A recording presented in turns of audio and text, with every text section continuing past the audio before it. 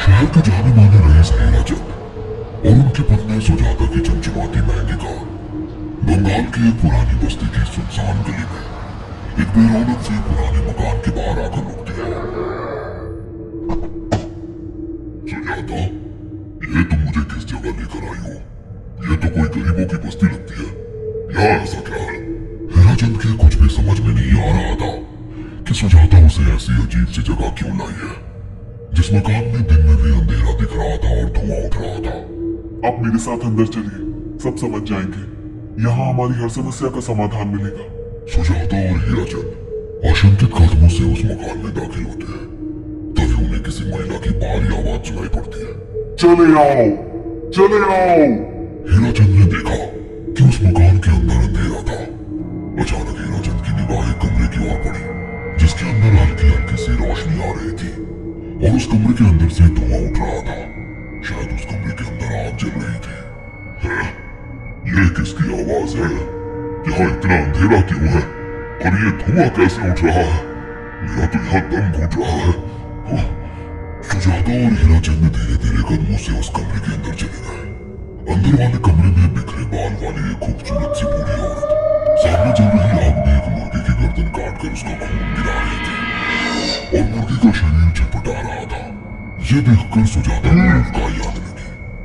हीराचंद ने सुजाता की ओर देखकर कहा, तुमने मुझे यहाँ लेकर आई हो और खुद ही घबरा रही हो। कौन है ये भयानक सी शक्ल वाली औरत और हम यहाँ क्यों आए हैं? अचानक उस औरत ने एक झटके में मुर्गे की गर्दन से अलग कर दी। ये देखकर सुजाता के मुंह की चीख निकल गई और सेठ हीराचंद भी सहम गया। वो बहुत डरावना नजारा था। ये अघोरा ताई है। ये हमें अपनी काली तंत्र विद्या से संतान सुख प्रदान कर सकती है, इसलिए मैं आपको यहाँ लेकर आई हूँ। ऐसी बात करती हो? जहाँ बड़े से बड़े डॉक्टर सफल नहीं हुए वहाँ ये मामूली औरत क्या कर लेगी? हीराचंद की बात सुनकर अघोरी ताई ने गुस्से से हीराचंद की ओर देखकर कहा, नादान हीराचंद, काली विद्या में इतनी शक्ति है कि मरे को भी जिंदा कर दे। संतान पैदा कराना कौन सा मुश्किल है? तुम्हें मेरा नाम कैसे पता? क्या तुम सच में हमें संतान सुख दिला सकती हो? तुम जितनी दौलत मांगोगे मिल जाएगी। अगर ये संभव है तो। संतान का नाम सुनते ही हीराचंद की आंखों में चमक आ गई। वो संतान के लिए कुछ भी कर सकता था। तुम लोगों को मुझे एक नवजात शिशु लाकर देना होगा। मैं उस शिशु की बलि चढ़ा दूंगी और फिर वही शिशु तुम्हारे घर में फिर से जन्म लेगा।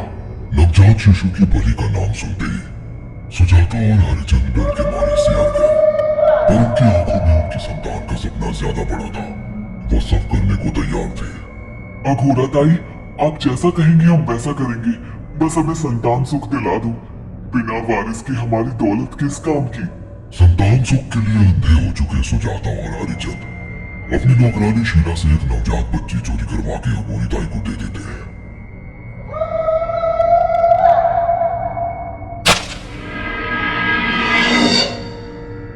उस शिशु की बलि से सुजाता गर्भवती हो जाती है। देखा आपने अघोरा की तंत्र शक्ति। मुझे उस पर पूरा भरोसा था। चलो चलकर उन्हें धन्यवाद कहते हैं। हीराचंद और सुजाता अघोरा ताई के पास पहुंचते हैं। वो दोनों बहुत खुश थे और अघोरा पर उन्हें अंधविश्वास हो गया था। अघोरा ताई, आप महान तंत्रिका हैं।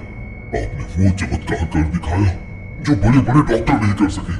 ये काली विद्या है बेटा। अगर तुम दोनों चाहो तो मैं इस विद्या से तुम दोनों को हमेशा के लिए जवान बना सकती हूँ। क्या सच में ऐसा संभव है? हाँ बिल्कुल, पर इसके लिए तुम्हें जवान लड़के और लड़कियों की बलि चढ़ानी होगी। तुम उन्हें यहाँ तक लाओ, बाकी मैं देख लूंगी। जवान रहने की लालच में अंधे सुजाता और हरिचंद एक अनाथ आश्रमों से हर रोज एक लड़की या लड़के को गोद लेने के बहाने अघोरी के पास बलि चढ़ाने ले जाने लगे। और एक दिन अघोरी ताई ने हीराचंद और सुजाता से इंसानी मांस खाने को कहा। पूरी तरह से इंसान से हैवान बन चुके हैं वो दोनों इंसानी मांस खाने के लिए तैयार भी हो गए। ये गर्म खून और मांस खाकर तुम लोगों की उम्र भी बढ़ जाएगी। खाओ इसे। हाँ, सच में इंसानी मांस मांस बड़ा स्वादिष्ट है। अघोरा ने अपनी बातों में फंसाकर सुजाता और हरिचंद को निर्बख्शी बना दिया था। वो तीनों हर दिन बलि चढ़ाकर खून पीकर मांस खाने लगे। नौकरानी शीला भी नए शिकार लाने में उनकी मदद करती थी, मगर एक दिन शीला को शिकार नहीं मिला। मेम साहब, आज एक भी शिकार हाथ नहीं लगा और मैं बहुत थक गई हूँ और घर जाकर थोड़ा आराम करना चाहती हूँ। कोई बात नहीं शीला, एक छोटा सा काम है, तुम हमारे साथ चलो, लौटने में हम तुम्हें घर छोड़ देंगे। जी मेम साहब। शीला नहीं जानती थी कि शिकार नहीं मिलने से सुजाता और हरिचंद अंदर से बौखला गए थे और उनके दिमाग में एक शैतानी चाल चल रही थी। सुजाता, ये बेहोशी की दवा है। शीला के कान में बैठती ही तुम उसे सुंघा देना। आज हमें इसी की बलि देनी होगी। इसने हमारे यहाँ का बहुत खाना खाया, अब हम लोग इसे खाएंगे। वैसे भी ये आगे चल के हमारे लिए खतरा बन सकती थी। कार में बैठते ही सुजाता शीला को बेहोश कर देती है और वो लोग सीधे अघोरी ताई के यहाँ पहुंच जाते हैं, जहाँ अघोरी ताई शीला की बलि चढ़ा देती है और तीनों उसे नोच कर खाते हैं।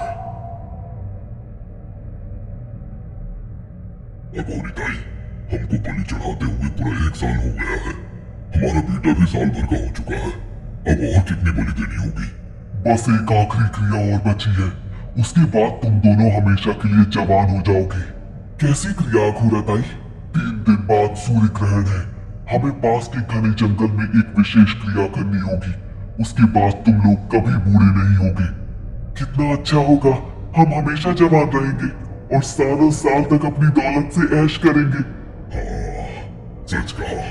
अघोरा ताई ने हमारे हर सपने पूरे कर दिए। 3 दिन बाद बंगाल के बियाबान जंगल में कोहरे और ओस से भीगे पेड़ों के बीच एक घने बरगद की बेलों पर कटे इंसानी सिर लटक रहे थे, जिसमें से खून टपक रहा था।